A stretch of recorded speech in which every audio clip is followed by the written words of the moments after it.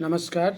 सभी बड़े बुजुर्गों, सभी अभिभावकों, सभी माताओं और बहनों को मेरा सादर प्रणाम। अरविंद किशोर फिर से एक बार आप लोगों के सामने समाज के गिरते हुए स्तर, समाज की घटिया सोच,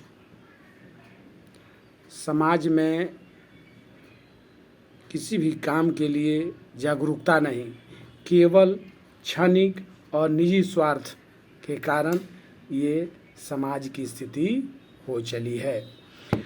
आज समाज में कुछ लोग हैं जो नहीं चाहते कि सबका भला हो। सबसे बड़ा कारण समाज के लोग ही हैं। सबसे बड़ा कारण परिवार में जो आगे बढ़ गए हैं वे नहीं चाहते कि हमारे नीचे जो लोग हैं हमारे बराबर ही के हों, हमारे बराबर में बैठे। इसी के कारण समाज में इतनी विसंगतियां हैं। तो सबसे पहले मैं समाज के उन पुरोधाओं को जिन्होंने समाज का ठेका ले रखा है और ड्राइंग रूम में बैठ कर के राजनीति करने वाले और जितने पूंजीपति हैं, जितने नौकरी पेशे वाले लोग हैं, जितने बाबू हैं, वे लोग ही समाज को बर्बाद कर रहे हैं। अच्छी बात सुनने के लिए तैयार नहीं है। केवल जहाँ बैठेंगे एक दूसरे का गिला शिकवा, अपने भाई भतीजे का गिला शिकवा, समाज का गिला शिकवा, लेकिन अपना भूल जाते हैं। वे अपना कर्तव्य भूल जाते हैं कि हमें क्या करना चाहिए, क्या नहीं करना चाहिए। और अगर कोई छोटा मोटा आदमी जो समाज के बारे में सोचता है, जो समाज के बारे में कुछ गलत चीज़ों को उठाने का प्रयास करता है, उसका उपहास उड़ाते हैं, उसकी खिल्ली उड़ाते हैं। लेकिन समाज का ही बिहार के माननीय मुख्यमंत्री श्री नीतीश कुमार जी के गृह जिले नालंदा का एक छोटा सा बच्चा, 11 वर्षीय बच्चा, बिहार के शिक्षा व्यवस्था की मुख्यमंत्री के सामने पोल खोल दी। आज पूरे दुनिया में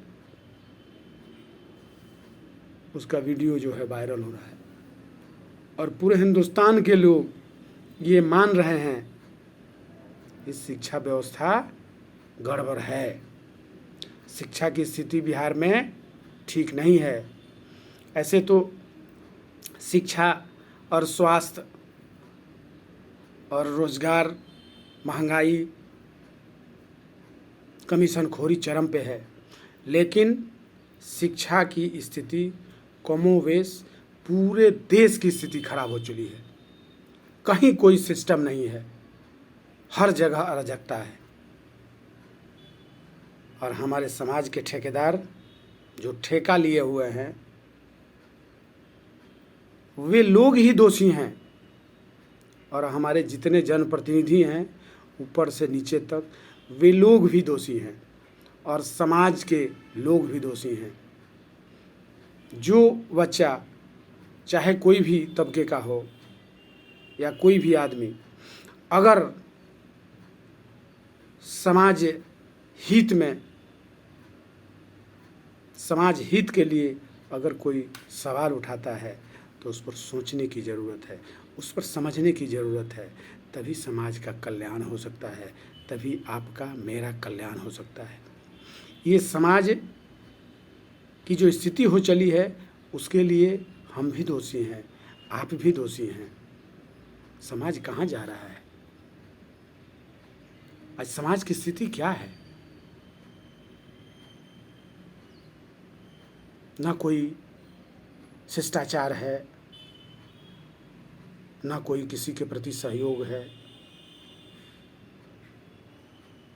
और हमारे जितने जनप्रतिनिधि हैं वे लोग क्षणिक और निजी स्वार्थ में इवन की भारत की सरकार ने भी लोगों को क्षणिक और निजी स्वार्थ में लगा करके और सही बात को गौण कर दी है कि अपने वर्तमान और भविष्य की कोई चिंता कर सके, अपने वर्तमान और भविष्य के लिए आवाज़ को बुलंद कर सके कि हमारे वर्तमान और भविष्य को चाहिए क्या। जब तक वर्तमान और भविष्य सुरक्षित नहीं होगा तब तक किसी भी समाज का, किसी भी राज्य का, किसी भी देश का कल्याण हो नहीं सकता है। इसके लिए सबसे पहले ज़रूरी है कि सबका वर्तमान और भविष्य सुरक्षित हो, देश से भ्रष्टाचार खत्म हो, देश से बेरोजगारी खत्म हो, देश से महंगाई खत्म हो, देश में बंद पड़े कल कारखाने खुले, शिक्षा की स्थिति बेहतर हो, स्वास्थ्य की स्थिति बेहतर हो, कानून व्यवस्था की स्थिति बेहतर हो, तभी देश, राज्य और समाज का कल्याण हो सकता है। अन्यथा इसके बिना समाज का कल्याण नहीं हो सकता है। न किसी राज्य का कल्याण होगा, न देश का कल्याण होगा। झूठा सपना दिखा करके आखिर कितने दिन तक राज करने का आप लोग प्रयास कर रहे हैं।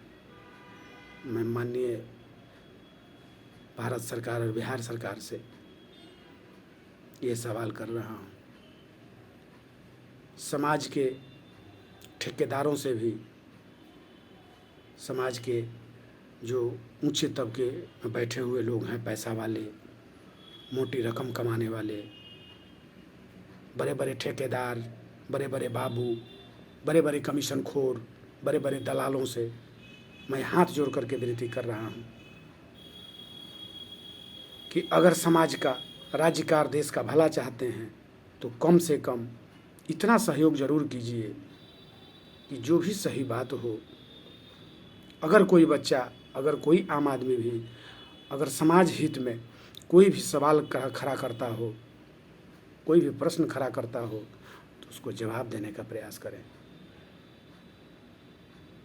आप भी करें या सरकार से जो सवाल करता है उसको सरकार से जवाब दिलवाने में मदद करें, ताकि समाज का कल्याण हो सके।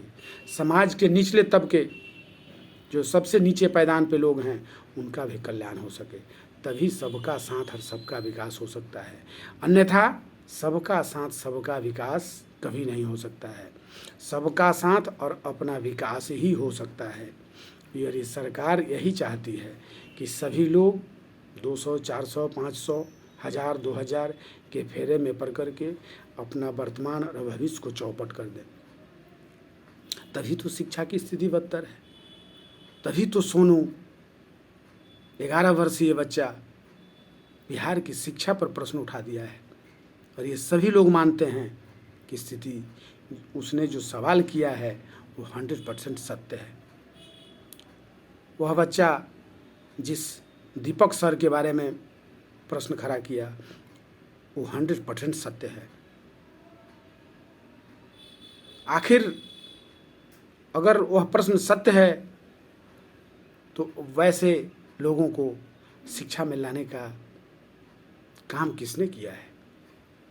मैं उन शिक्षकों को कुछ नहीं कहता, न कहूँगा।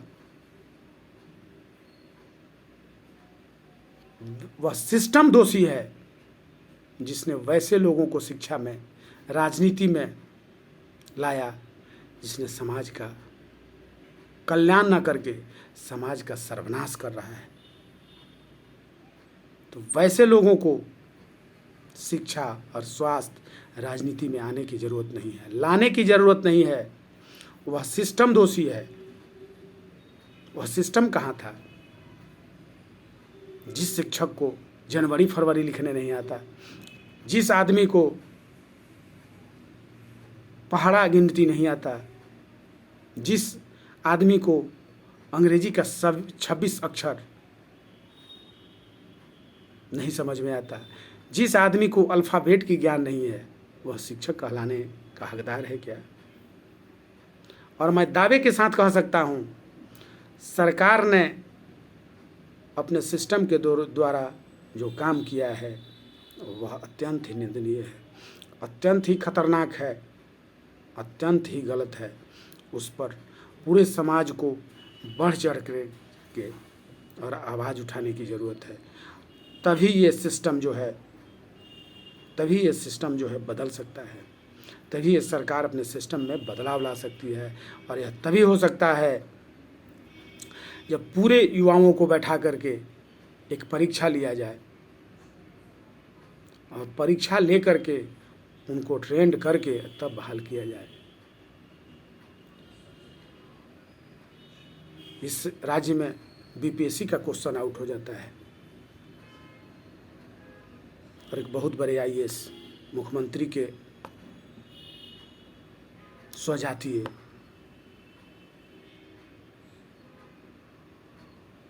का हाथ है उसमें, लेकिन उनको बचाने के लिए छोटे छोटे लोगों को पकड़ के उसको रफा दफा करने का प्रयास किया जा रहा है। इसके लिए भी आम जनों को आवाज़ उठाने की ज़रूरत है, तभी कुछ हो सकता है, अन्यथा कुछ भी संभव नहीं है।